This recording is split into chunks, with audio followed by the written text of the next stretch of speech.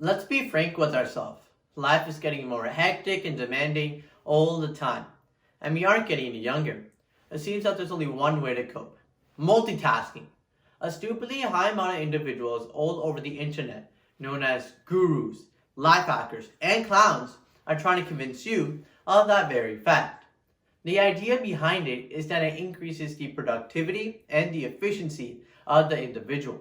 Even though thousands of unofficial and unqualified people support the idea, similar to flat earthers or moon truthers, it's still just a theory, with no major study behind it. Ironically, the whole concept can be compared to juggling balls, because juggling one ball or one task is relatively easy and simple for your brain to focus on. Two balls split your brain's focus, making one have more mistakes. And three or more balls, it's going to be chaotic no matter how good one is initially. To truly debunk the false theory of multitasking, let's start off with one ball and talk about what is multitasking and what happens within our brain. Secondly, as we add our second ball and as it becomes slightly less unstable, let's discuss how multitasking affects us in our daily lives. And lastly, as we add our third ball, and as it becomes way too chaotic to understand what's happening, let's discuss the global and international impacts of multitasking. Now then, as we throw our very first ball up into the air, let's ask the question, what is multitasking?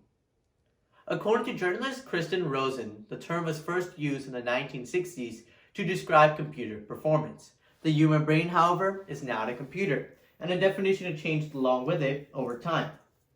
Today, multitasking is defined as the ability to do multiple things simultaneously by Cambridge Dictionary, and is typically used to describe human beings.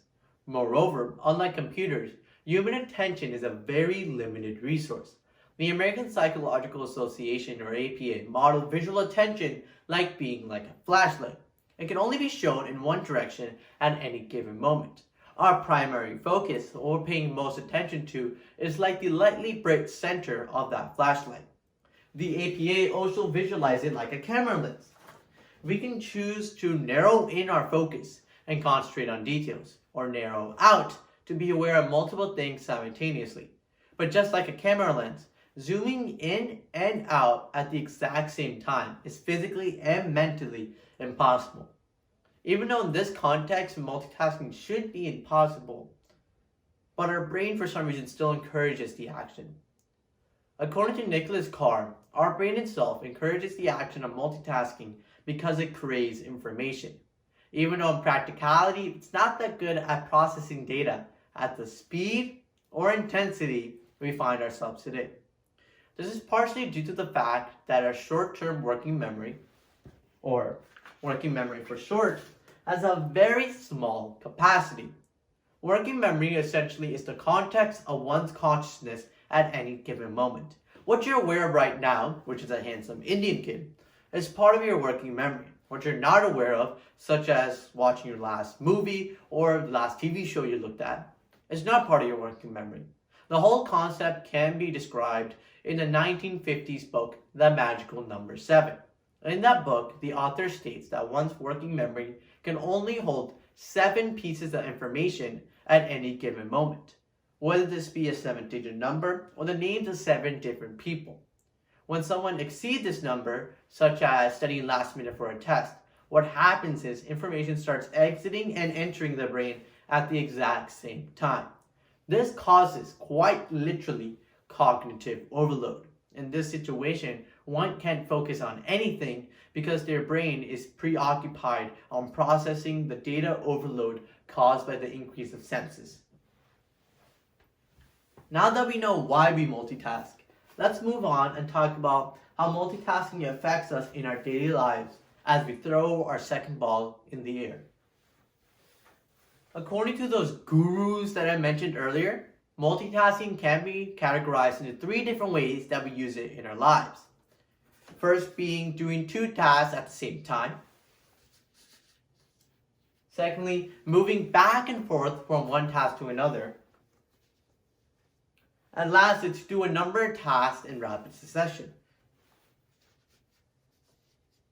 Now, most people, including me and you, multitask in one of these forms every single day.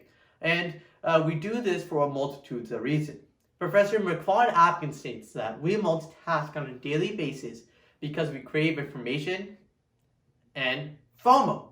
Wait, what's FOMO? FOMO is the fear of missing out. We fear in missing out in tweets, Instagram notifications, text messages, and emails. FOMO is also the reason why most people check their Instagram or Twitter feed while they're on the toilet, or watch cute cat videos while they're in their college lectures. Because of FOMO, we are constantly connected through digital distractions that we receive on our smartphones, smartwatches, and laptops. Now, being constantly connected isn't inherently a bad thing, it's just we fail to look at the consequences. One prime example being attention span. As multitasking has been on the rise, attention span has not. According to Elizabeth Mosgrove, the attention span of millennials has dropped to 8 seconds, while the attention span of Gen Z has dropped to a measly 2.8 seconds in the last decade. This is shocking. She later states that this decrease in attention span is directly correlated with the increase in multitasking that most people do throughout their lives, and whether that be a multitask through on their smartphone or other means. On top of all of that, my generation spends at least 6 hours on their phone every day, multitasking while doing some other productive work. This is almost a full-time job. Now, I'm not trying to shame people's way of life, because I'm on my phone at least 7 hours a day, multitasking per se. But we need to recognize that we can do this to entertain ourselves while doing something. And it may slow us down, but it isn't actually helping us at all. It's actually slowing us down. Now then, as we reach the end of our show, and as we add our third ball, which causes us to have a very chaotic sense, let's talk about the major global impacts of multitasking. Up until now, we've been mainly focusing on the more goofy or fun tasks about multitasking. But we need to realize that multitasking has a potential to kill.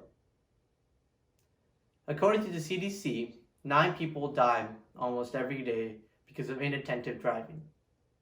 Meanwhile, another 1,000 people sustain an injury because they chose to take their eyes off the road. These people engage in these car activities such as listening to music, talking to the passenger, or even daydreaming, which can undermine their driving. Accidents as a whole happen in seconds, and drivers are expected to react instantaneously to stop the collision. These car activities undermine this fragment of time that they are given. The CDC also states 400,000 people get an injury every year because of accidental, inattentive driving. And 4,000 of those people don't come back home alive. On top of all of that, thousands of other people die because of other inattentive related accidents, such as drilling a hole and not paying attention to where you're drilling, or skiing and not looking at where you're going, or cooking and not paying attention to what's happening within your own frying pan. People think that they can text and drive, cook while watching a YouTube video, or even ski while talking to another person. All these activities lead to people's death.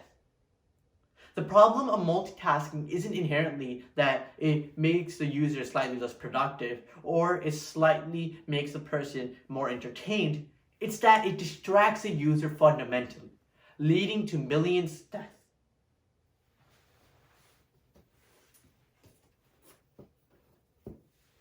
As we reach the end of our show, we can see that juggling was a perfect analogy for multitasking. Because juggling one ball or one task is easy and almost everyone can do it. 2 balls is slightly harder and more unstable. we have to focus on both balls at the same time, causing a significantly less percent of the population to do it. And 3 balls is just chaotic. Thank you.